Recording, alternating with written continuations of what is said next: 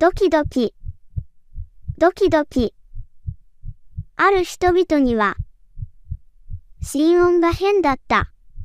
怖い。でも私にとって、心の音は美しいのです。温かい。落ち着くし、安心感を与えてくれます。ねえ、自分の心の声を聞いたことがありますか？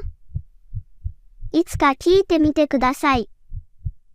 もしかしたら、あなたの心はあなたに何かを伝えたいのかもしれません。